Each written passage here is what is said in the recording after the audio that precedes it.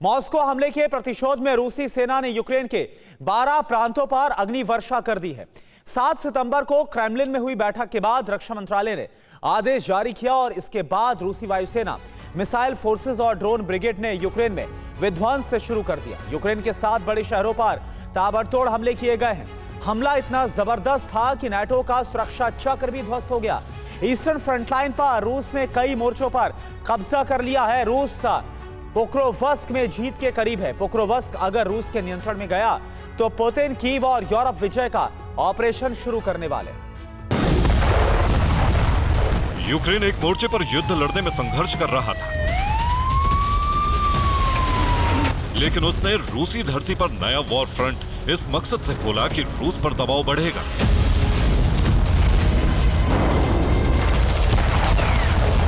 और उसकी यही रणनीति यूक्रेन के लिए भारी पड़ गई है।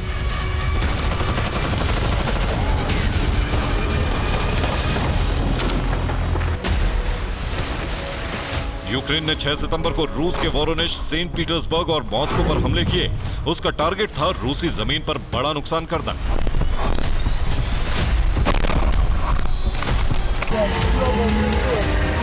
लेकिन जितना नुकसान यूक्रेन ने रूस को पहुंचाया, वो रूस के हमलों के मुकाबले कुछ भी नहीं है। पलटवार में रूसी सेना ने यूक्रेन पर 7 सितंबर को ताबड़तोड़ हमले किए और रूस के कई शहरों में एक साथ विनाश का बवंडर चलने लगा।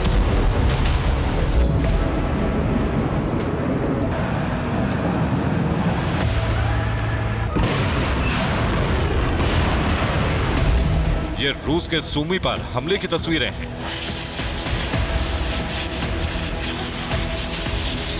रूस के मिसाइल हमले में सूमी में बहुत बड़ा विनाश हुआ है।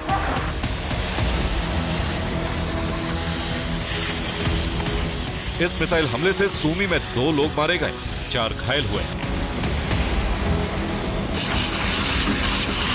रूस की यह मिसाइल सूमी के रिहायशी इलाके में गिरी और इसके विस्फोट से सूमी के 20 से ज्यादा इलाके क्षतिग्रस्त हो गए।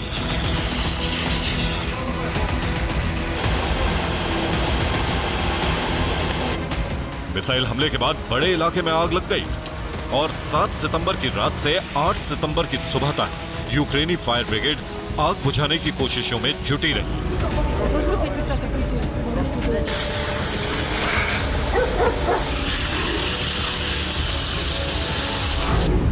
सेंट पीटर्सबर्ग और वोरोनेश पर हमलों का बदला लेने के लिए रूसी वायुसेना और मिसाइल फोर्सेस ने ऑपरेशन चलाया।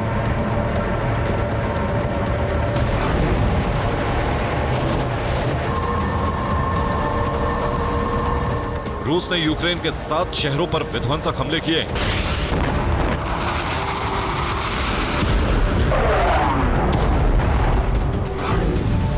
रूस की वायुसेना और मिसाइल फोर्सेस ने सूमी, खार्किव, चासव्यार, चेर्नोबिल, वुल्हेदर, पोक्रोवस्क और सेलिदोव पर मिसाइल ड्रोन हमलों के साथ साथ हवाई बमबारी की है।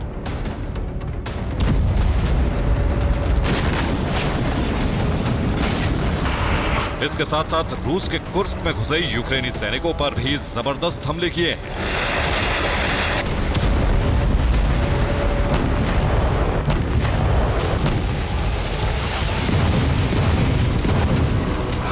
ये कुर्स्क में रूसी सेना के लैंसेट ड्रोन हमले की तस्वीरें हैं। यूक्रेनी सैनिकों को लेकर जा रहे एक सैन्य वाहन पर ड्रोन ब्रिगेड ने कामिकाजी हमला किया और इस हमले में यूक्रेन का एक सैन्य वाहन ध्वस्त हो गया।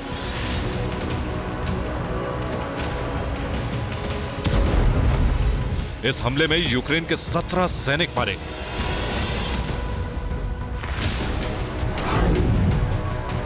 यूक्रेन की ईस्टर्न फ्रंटलाइन पर भी रूस ने ताबड़तोड़ हमले किए। पोक्रोवस्क में यूक्रेन के एक लेपर्ड टैंक को ड्रोन हमले का निशाना बनाया गया।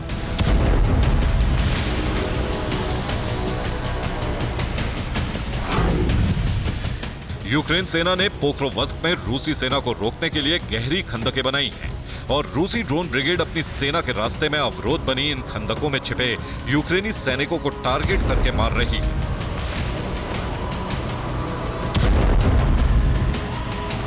सात सितंबर के हमले में रूसी सेना ने यूक्रेन की एक यूएस मेड होवित्जर गन को भी तबाह कर दिया। यह होवित्जर गन पेड़ों के बीच बनाई गई पोस्ट पर तैनात थी।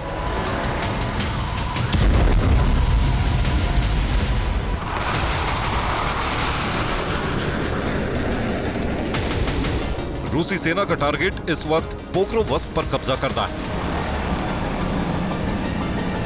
और रूस इस क्षेत्र में एफएबी, केएबी और ग्लाइड बमों से हमले कर रहा है।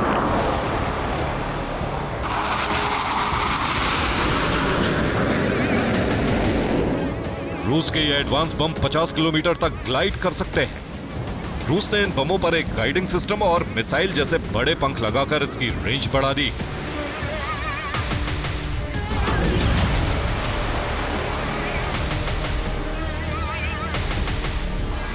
रूसी सेना फ्रंट लाइन पर तेजी से आगे बढ़ रही है और अपने सबसे बड़े लक्ष्य पोक्रोवस्क से महज 10 से 11 किलोमीटर दूर है।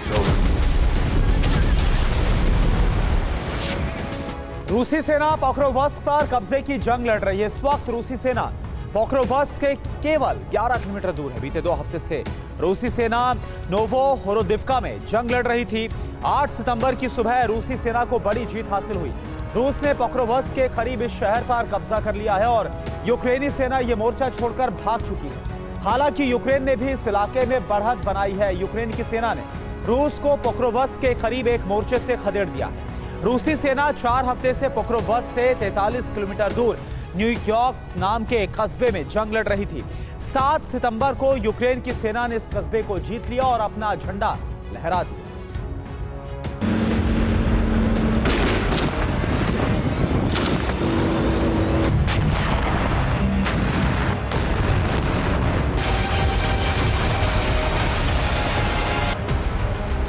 यूक्रेन ने न्यूयॉर्क नाम का कस्बा भले ही जीत लिया,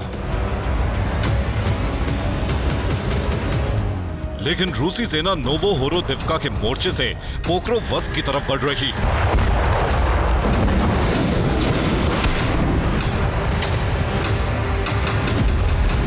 पोक्रोवस्क पर रूसी सेना का कब्जा हुआ तो यूक्रेन के लिए ईस्टर्न फ्रंट लाइन से कनेक्शन कटने जैसा होगा।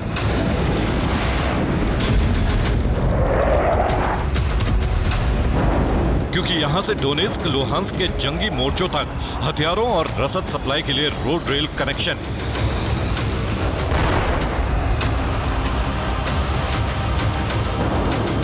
रूस इसी कनेक्शन को काटना चाहता है और इसीलिए यूक्रेन की उन चौकियों पर हमले हो रहे हैं जिनसे रूसी सेना के आगे बढ़ने का रास्ता रोका जा रहा है। इसके साथ ही पोक्रोवस्क से डोनेस्क तक हथियार सप्लाई के काम आने वाले पुलों को भी नष्ट किया जा रहा है।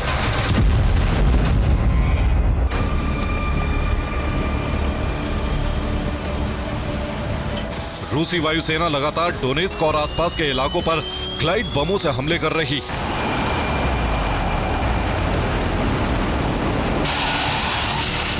रूस की एयर पावर के सामने यूक्रेन कमजोर पड़ता जा रहा है।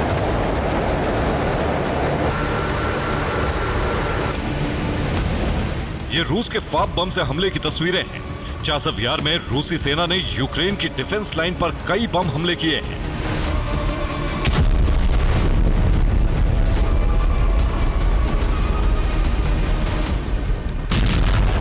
यूक्रेन के 12 प्रांतों को रूस ने बुरी तरह दहला दिया है। रूस के बम हमले इतने तेज हैं कि उनके 500 मीटर के दायरे में भूकंप के झटके महसूस हो रहे हैं।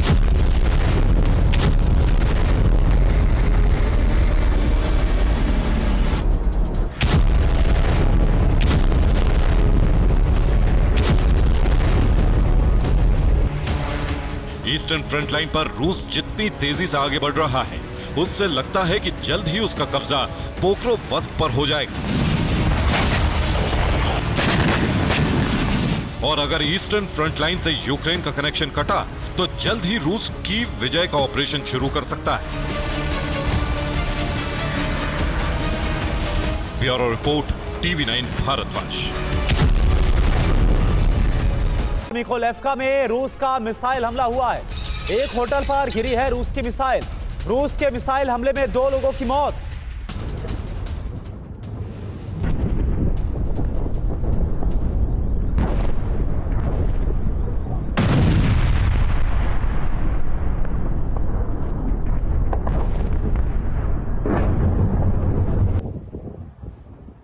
जहां एक तरफ यूक्रेन को नाटो से हथियार मिल रहे हैं, जल्द ही लॉन्ग रेंज हथियार भी कीव पहुंच सकते हैं। ऐसे में पुतिन ने भी लंबे युद्ध की तैयारी शुरू कर दी है। पुतिन ने गठबंधन बना लिया है जिसमें चीन, नॉर्थ कोरिया और ईरान अब यूक्रेन में तबाही के लिए रूस को हथियार भेजते रहेंगे। ईरान ने शाहेद ड्रोन के अलावा एक मीडियम रेंज मिसाइल की खेप भी भेज दी है, जिससे आने वाली सर्दियों में पुतिन यूक्रेन को खाक में मिला सकते हैं। तबाही का सबसे खौफनाक चैप्टर यूक्रेन में शुरू हो चुका है।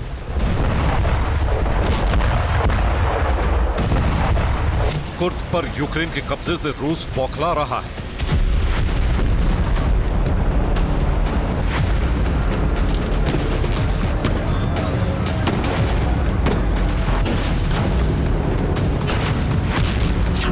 और ऐसा बदला लेना चाहता है कि नाटो भी रूस से टकराने से घबराने लगे।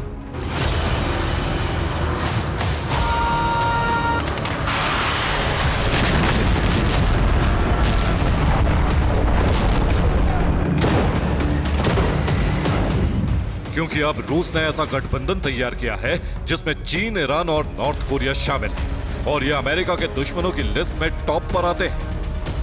इस गठबंधन के सहारे पुतिन अमेरिका को सीधा चैलेंज कर रहे हैं। खास बात यह कि जिस तरह नाटो सदस्य देश संकट के वक्त एक दूसरे की सैन्य मदद करते हैं,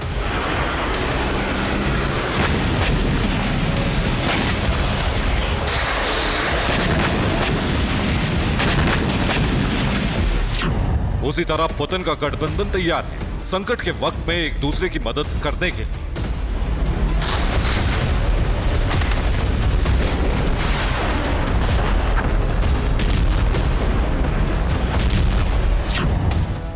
इसके लिए सबसे पहले ईरान आगे बढ़ा है। ईरान ने फतह मिसाइल की खेप रूस को भेज दी है। यह रिपोर्ट क्रेमलिन के अंदर से सामने आई है।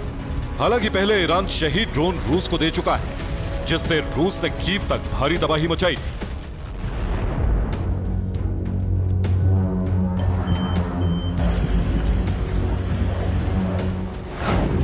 लेकिन अब ईरान ने 200 फतह मिसाइलों की खेप भेजकर रूस से अपनी दोस्ती निभाई है।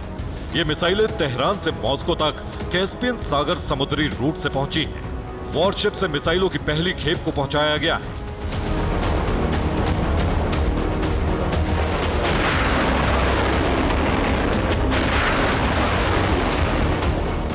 ईरान से मिसाइल मिलने के बाद से कीव से लेकर पेंटागन तक खौफ फैल गया है, क्योंकि रूस के पास पहले से ही नॉर्थ कोरिया से आई मिसाइलों की खेप है। अब ईरान की मिसाइलों से रूस बड़े प्रहार की तैयारी कर रहा है।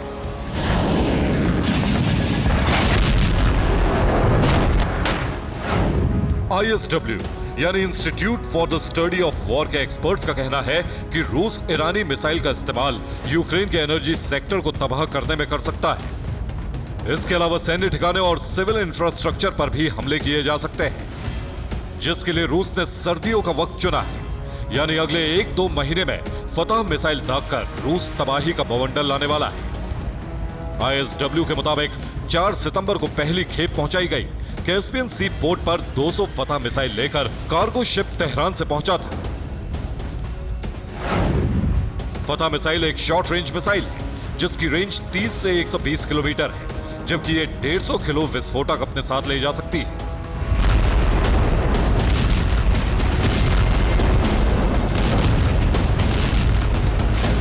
रूस ने मिसाइलों को युद्ध के मैदान में डिप्लॉय कर दिया है। इसके तुरंत बाद कीव की तरफ से धमकी दी गई है। यूक्रेन के रक्षा मंत्री रुस्तम उमेरोव ने कहा, अगर यूक्रेन के रिहायशी इलाकों पर ईरान से आई बैलिस्टिक मिसाइलों से हमला हुआ तो ईरान को इसकी भारी कीमत चुकानी पड़ सकती है। यह बयान उस वक्त आया जब यूरोपीय यूनियन और अमेरिका की मीटिंग चल रही थी। उसी मीटिंग में यूक्रेन को लॉन्ग रेंज हथियार देने पर विचार चल रहा था। तभी अमेरिका ने मिसाइल देने का मन बनाया। उसी दौरान ईरान से फतह मिसाइल की खेप रूस पहुंची। यानी रूस यूक्रेन पर बड़े हमले की तैयारी कर चुका है। अब सिर्फ हमला बाकी है। अब यह भी जान लीजिए ईरानी मिसाइल से रूस कहां-कहां हमला कर सकता है।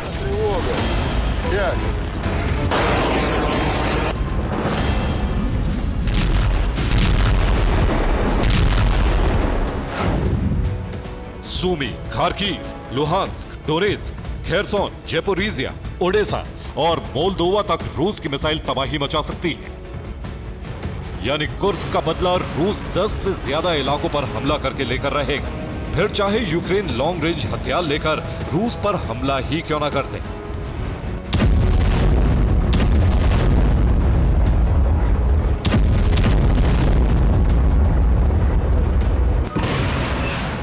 वैसे भी यूक्रेन को अमेरिका से लंबी दूरी के हथियार मिलने का ग्रीन सिग्नल मिल चुका है, यानी अब यूरोप महायुद्ध की तरफ तेजी से बढ़ रहा है, जो कभी भी एटमी युद्ध में बदल सकता है। Bureau report, TV9 Bharatvarsh.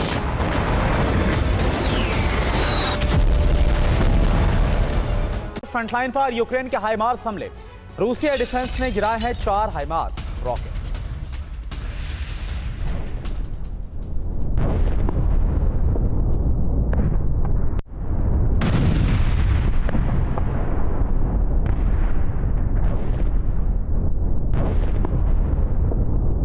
दुनिया में कुछ चुनिंदा ही मुल्क हैं जिनके जंगी खाने में हाइपरसोनिक हथियार की खेप है, और इस फहरिस्त में शामिल है रूस और चीन, जिनके पास एयर टू एयर या फिर एयर टू सरफेस मार करने वाली हाइपरसोनिक मिसाइलें हैं। लेकिन अब इन देशों की फहरिस्त में अमेरिका भी शामिल हो चुका है, जिसने हाल ही में सरफेस टू एयर मार करने वाली हाइपरसोनिक मिसाइल का टेस्ट किया, वो भी मैक 7.2 की विध्वंसक रफ्तार के साथ। ऐसे में सवाल यह खड़ा होता है कि रूस यूक्रेन जंग के बीच जो बाइडेन ने हाइपरसोनिक प्रोजेक्ट को एक्टिव क्यों किया? कैसे अमेरिका का हाइपरसोनिक ब्रह्मास्त्र दुश्मन को परास्त करेगा? रिपोर्ट आपके सामने है। दुनिया के तमाम मुल्कों को अपने हथियारों की ताकत और कुव्वत दिखाने के लिए अमेरिका ने अब तक की सबसे घातक और सबसे विनाशकारी मिसाइल का टेस्ट किया, वो भी ब्लू वॉर जोन में।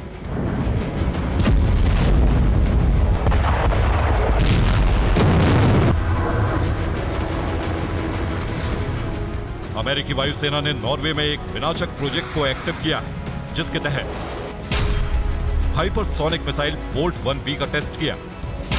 हाइपरसोनिक मिसाइल ने 254 किलोमीटर की उड़ान भरी। आसमान में मिसाइल की रफ्तार मैक 7.2 थी, जिसका मतलब करीब 8,900 किलोमीटर प्रति घंटा।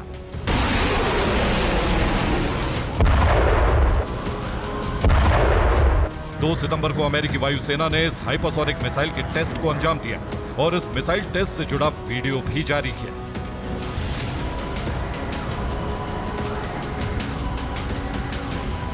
आपको बता दें कि आवाज की गति से 5 गुना तेज रफ्तार हाइपरसोनिक मानी जाती है, और अमेरिका ने जिस बोल्ट 1B मिसाइल का टेस्ट किया है उसने मैक 7.2 की रफ्तार पकड़ी।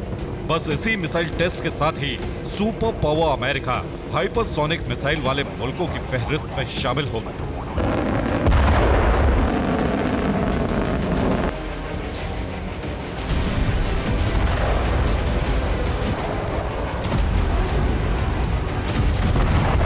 इस हाइपरसोनिक मिसाइल टेस्ट के साथ ही सुपर पावर अमेरिका ने मिसाइल वर्ल्ड में अपनी धाक फिर से जमा ली। इस अग्निबाण के परीक्षण के साथ ही दुनिया को दिखा दिया कि हाइपरसोनिक ब्रह्मास्त्र की रेस में अब अमेरिका का सामना कोई नहीं कर सकता।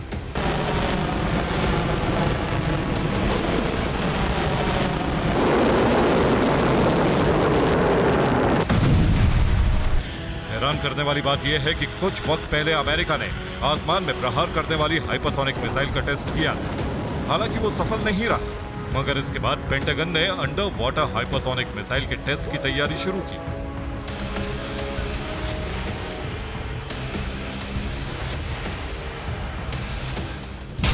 मार्च 2024 में अंडर वाटर हाइपरसोनिक मिसाइल का टेस्ट किया। एटमी सबमरीन के जरिए हाइपरसोनिक मिसाइल दागी गई। अमेरिकी राज्य इंडियाना के नेवल बेस पर मिसाइल का टेस्ट हुआ।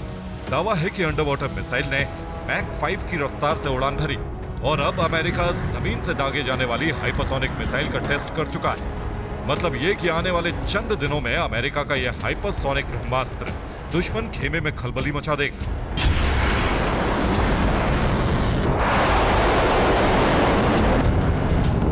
इसके एक प्रहार से बैटल ग्राउंड थर्रा जाएगा, और सबसे अहम ये कि मैक 7.2 की रफ्तार से उड़ने वाली इस मिसाइल को कोई रडार सिस्टम या फिर डिफेंस सिस्टम पकड़ भी नहीं पाएगा।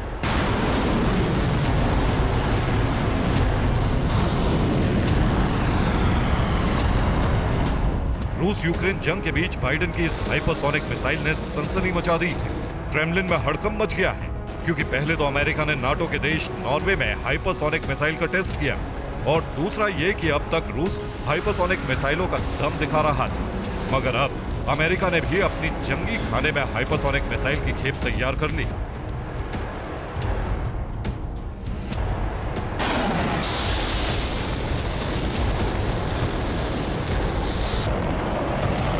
वहीं कुछ रिपोर्ट्स में यह भी दावा किया जा रहा है कि अमेरिकी वायुसेना एक अल्ट्रासोनिक विमान को तैयार करने में जुटी है। विमान का प्रोटोटाइप तैयार हो चुका है, लगातार टेस्ट किए जा रहे हैं और दावा किया जा रहा है कि जल्द ही अमेरिका को अल्ट्रासोनिक फाइटर जेट तैयार करने में कामयाबी मिल सकती है, जिसकी लागत करीब $800 मिलियन तक हो सकती है।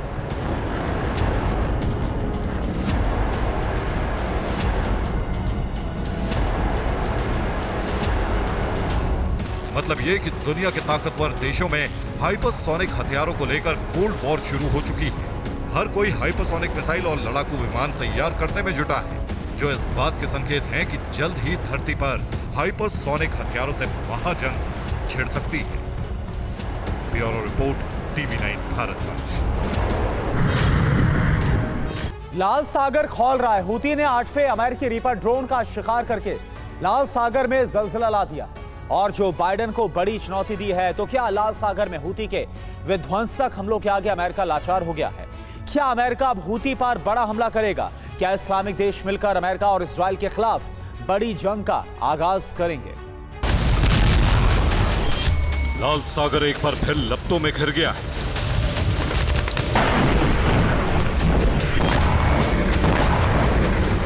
लाल सागर की जंग और विध्वंसक हो गई।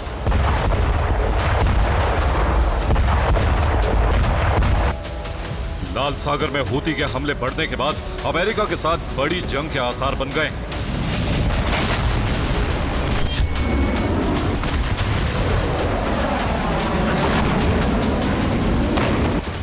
क्या लाल सागर में हूती के हमलों के आगे लाचार है अमेरिका?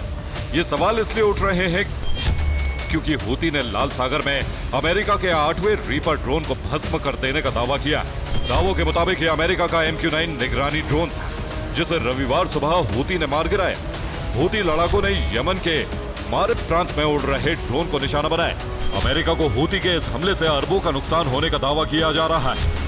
एक MQ-9 ड्रोन की कीमत लगभग $3 करोड़ यानी 2.5 अरब रुपए होती है। ये ड्रोन 50,000 फुट तक की ऊंचाई पर लगातार 24 घंटे तक उड़ान भर सकता है।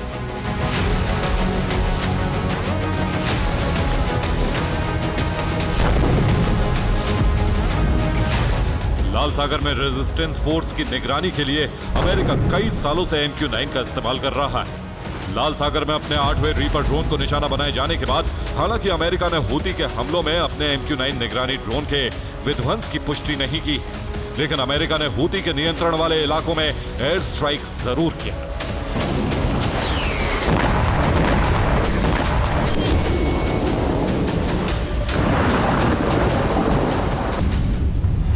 यमन में हूती के ठिकानों पर अमेरिका ने ब्रिटेन की सेना के साथ मिलकर एयर स्ट्राइक की, जिसमें एक साथ 3 कमांड सेंटर्स को तबाह करने का दावा किया।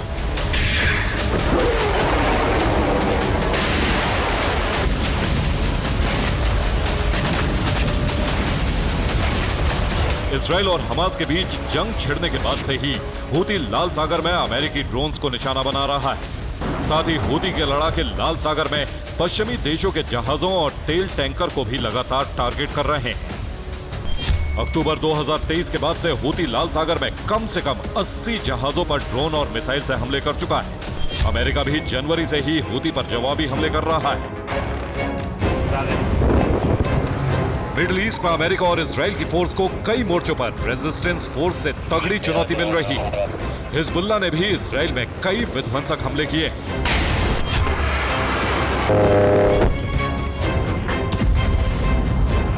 उत्तरी इजराइल के नौरा में हिजबुल्लाह ने हवाई हमले करके इजरायली सेना को बड़ा नुकसान पहुंचाने का दावा किया।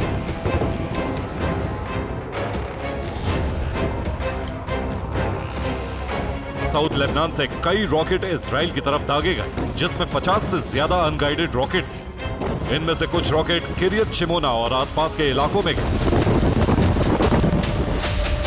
इजराइल के गलीली में भी हिजबुल्लाह ने ड्रोन से अटैक किया, जिसके बाद 2 सुसाइड ड्रोन्स इजरायली बेस पर गिरे। इसके बाद इजरायली सैन्य ठिकाने पर धमाके हुए। दरअसल लेबनान पर इजराइल के विध्वंसक हमलों के बाद से हिजबुल्लाह के सामने आर या पार के हालात हैं।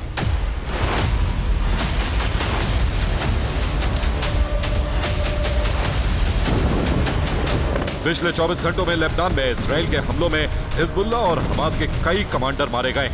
हिजबुल्लाह के मारे गए कमांडर्स का नाम है मोहम्मद हबीब हाशिम और कासिम अदेल बच्ची।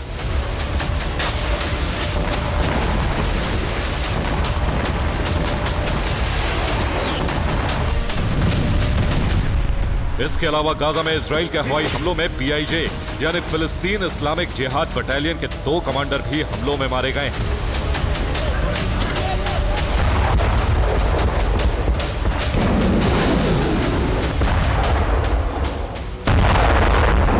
हमास और हिजबुल्लाह को चेतावनी देते हुए इजराइल ने साफ कहा है कि लेबनान पर उसके हमले जारी रहेंगे।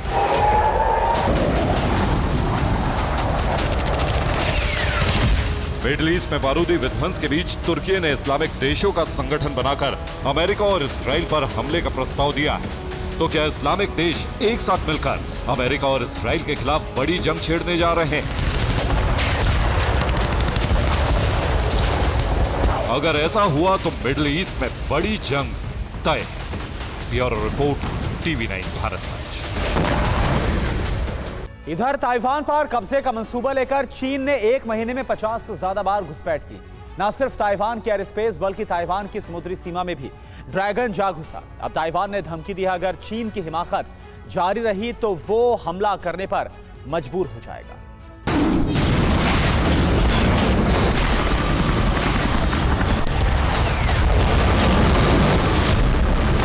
न सुधरा है न सुधरेगा चीन। ताइवान को हड़पने के लिए फिर बनाया प्लान।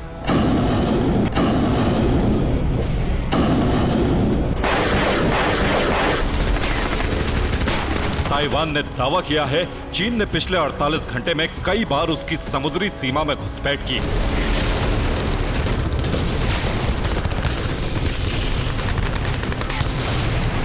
नौ मिलिट्री एयरक्राफ्ट, 7 छोटे जहाज, 1 एयरक्राफ्ट कैरियर।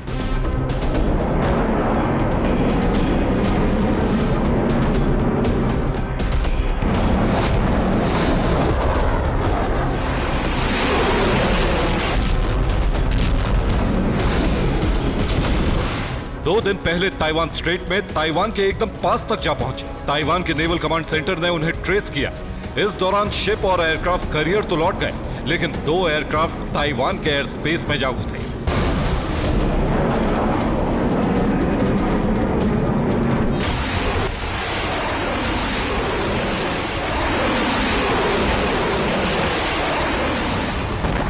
ताइवान स्ट्रेट की मीडियन लाइन से काफी आगे तक जा पहुंचे।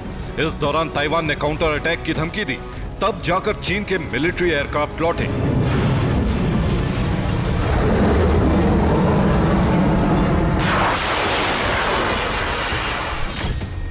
दरअसल ये एक बड़े युद्ध का रिहर्सल था। चीन को जानना है कि अगर ताइवान में चीनी घुसपैठ होती है तो ताइवान कैसे रिएक्ट करेगा। इसी तरह से चीन बड़े युद्ध की तैयारी कर रहा है, क्योंकि वो हमेशा से ताइवान को अपना हिस्सा मानता आया है, इसलिए उस पर कब्जा करना चाहता है।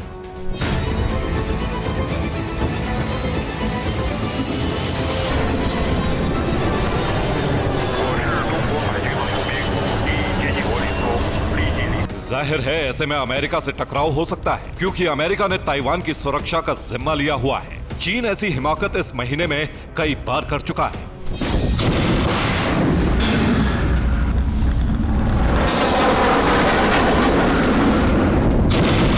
पिछले 1 महीने में 92 एयरक्राफ्ट ताइवान की सीमा में घुस चुके हैं, जबकि 55 शिप ताइवान के चारों ओर चक्कर लगा चुके हैं।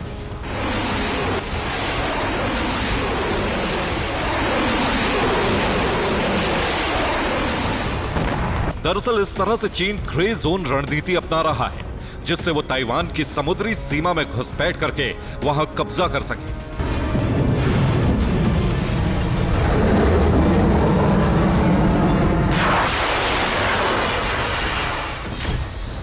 इस तरह से ताइवान की समुद्री सीमा छोटी होती जाएगी और एक दिन चीन ताइवान के एकदम पास पहुंचकर हमला कर देगा।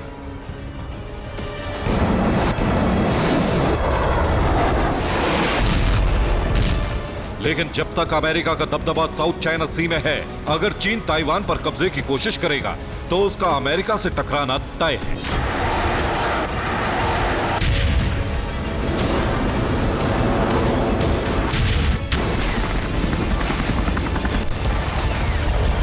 Bureau report, TV9 Bharatvarsh. और बड़ी खबर है, कुर्स्क में रूसी वायुसेना की बमबारी। कुर्स्क में यूक्रेनी टुकड़ियों पर बम बरसाए गए हैं। रूसी Su-34 ने फैब बम से हमला किया।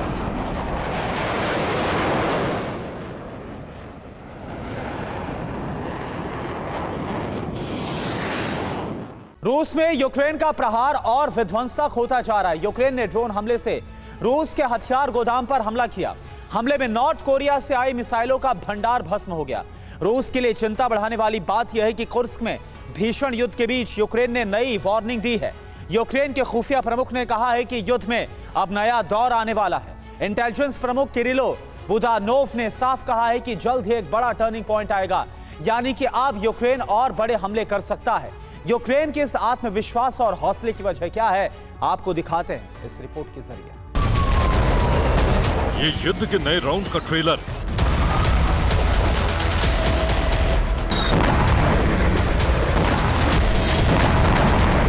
ये बदले यूक्रेन के युद्ध में धमाकेदार एंट्री।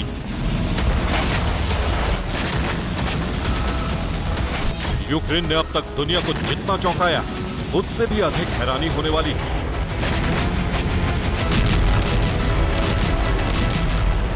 यूक्रेन ने मॉस्को और सेंट पीटर्सबर्ग तक हमला करके साबित कर दिया है कि रूस में अब विध्वंस की नई कहानी लिखी जाएगी।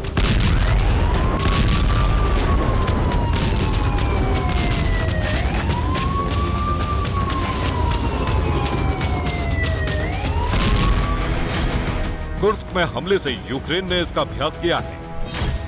बेलगोरोद को पूरी तरह तबाह करने का मिशन जारी है। ब्रियांस्क समेत कई इलाकों में अभी और गोलाबारी होगी।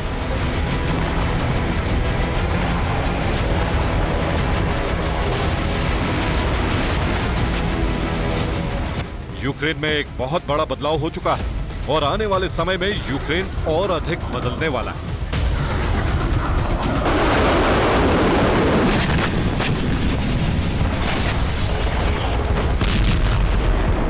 यही वजह है कि यूक्रेन ने एक बार फिर रूस को ललकारा है। यूक्रेन के खुफिया प्रमुख किरिलो बुदानोव ने इस वीडियो से रूस को चेतावनी दी है और कहा है कि युद्ध में बड़ा टर्निंग पॉइंट आने वाला है। युद्ध का नया दौर शुरू होने वाला है। बदलाव का वक्त बेहद करीब आ चुका है।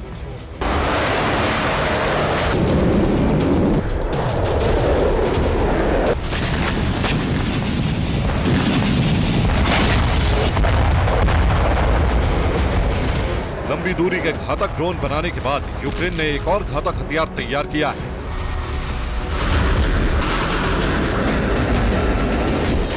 यह हवा से बरसने वाले बम।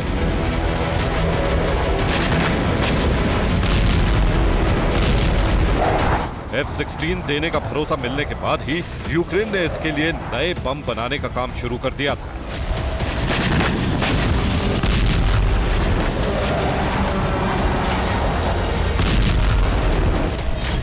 अब रूस की तरह यूक्रेन के पास भी ग्लाइड बम है। यूक्रेन के फाइटर जेट भी रूसी शहरों पर हमला करेंगे। यूक्रेनी जेट को बॉर्डर पार जाने की जरूरत नहीं पड़ेगी।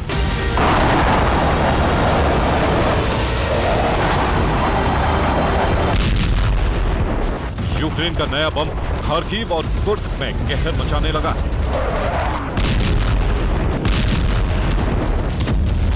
यूक्रेन के बम रूस के फाब बम की सीरीज की तरह ही घातक है और सटीक निशाने के साथ प्रहार कर रहे हैं। यूक्रेन ने ग्लाइड बम में रॉकेट बूस्टर लगाया है। बम को ग्लाइड पावर देने के लिए विंग्स लगाए हैं। खास बात तो यह है कि यूक्रेनी ग्लाइड बम की रेंज 65 किलोमीटर है।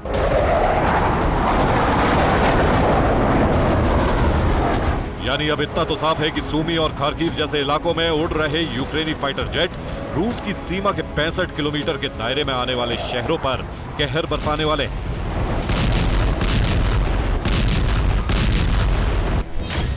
यूक्रेन ने फ्रांस के हैमर जैसा बम तैयार किया है। यूक्रेन के ग्लाइड जीपीएस से गाइड होकर सटीक निशाना लगा रहे हैं। अमेरिकी जेडैम किट का भी इस्तेमाल किया जा रहा है।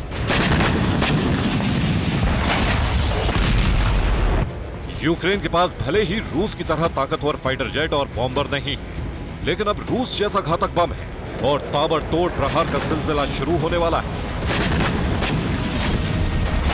नाटो से भी घातक हथियारों की मांग की गई है। यूक्रेन रूस के उन बॉम्बर्स को नष्ट करना चाहता है जिससे यूक्रेन पर मिसाइलें दागी जा रही हैं। अब आपको वो हथियार दिखाते हैं जिसकी मांग नाटो से की जा रही है। यूक्रेन ने नाटो से टॉमहॉक मिसाइलों की मांग की है। मिसाइलें 1500 से 2500 किलोमीटर दूर तक प्रहार करने में सक्षम है। 900 किलोमीटर प्रति घंटे की रफ्तार से हमला करने वाली ये मिसाइल 450 किलो के वॉरहेड से धमाका करती है। यूक्रेन इन मिसाइलों से रूस के उन एयरबेस को खत्म करना चाहता है जहां पर रूसी बॉम्बर्स तैनात हैं।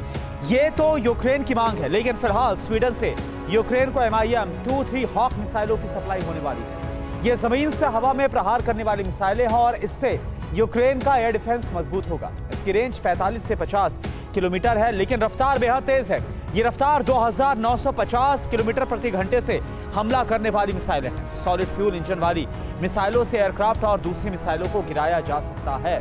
इटली से यूक्रेन को SAM-T एयर डिफेंस मिलने वाला है और इसकी मिसाइलें एयरक्राफ्ट और ड्रोन के अलावा क्रूज और बैलिस्टिक मिसाइलों को गिराने की ताकत रखती है। 5000 किलोमीटर प्रति घंटे से भी तेज रफ्तार से ये मिसाइलें 100 किलोमीटर की रेंज में हमला करती हैं।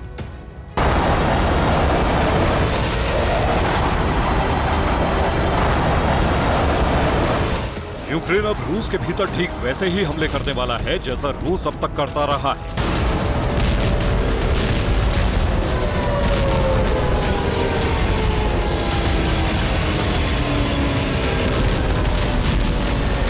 रूस के कई तेल डिपो को भस्म किया जा चुका है। अभी ऐसी और तबाही होने वाली है। रिपोर्ट के मुताबिक यूक्रेन के हमले से रूस का 1 लाख टन तेल जल गया है। यूक्रेन के ड्रोन हमलों ने रूस को बड़ा आर्थिक नुकसान पहुंचाया है। रूस अब जमीन के भीतर तेल डिपो बनाने के लिए मजबूर है। यूक्रेन ने हथियार बनाने का काम तो बखूबी किया है, लेकिन इतने लंबे युद्ध के बाद सैनिकों की भारी कमी है। लेकिन नाटो इस कमी को पूरा कर रहा है। एक रिपोर्ट के मुताबिक कुर्स्क में पोलैंड और जर्मनी के सैनिक युद्ध लड़ रहे हैं। ब्रिटेन ने भी अपने सैनिकों को कुर्स्क भेजा है। फ्रांस के सैनिकों की मौजूदगी के सबूत खुद रूस दिखा चुका है।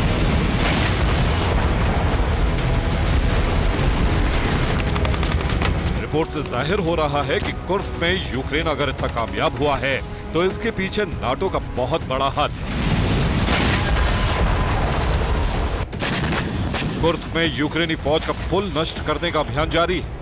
कुर्स्क में एक और पुल को ध्वस्त करने के बाद रूसी सेना की लाचारी और बढ़ गई। रूस को भले ही किम जोंग से मिसाइलों की बड़ी खेप मिली है, लेकिन यूक्रेन अब उस पूरे जखीरे को भस्म करने के मिशन पर।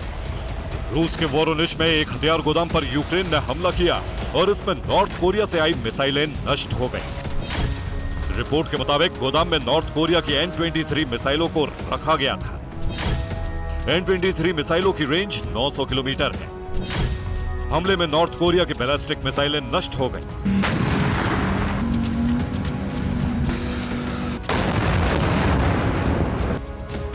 सैटेलाइट इमेज से पता चला है कि वोरोनिश में यूक्रेन के हमले के बाद कितनी भयंकर आग लगी और मिसाइलों की वजह से भयंकर धमाके हुए। बेलगोरोद में भी धमाकों का दौर जारी है। यूक्रेन ने एक बार फिर बेलगोरोद में भारी गोलाबारी की और ड्रोन से हमले किए। यूक्रेनी रक्षा मंत्रालय ने रूस को बहुत बड़े नुकसान का दावा किया है। रूस के कई टैंक और बख्तरबंद वाहनों को तबाह कर दिया गया है। लेकिन दुनिया को इंतजार अब उस भीषण जंग का है जिसका जिक्र यूक्रेनी इंटेलिजेंस चीफ ने किया है।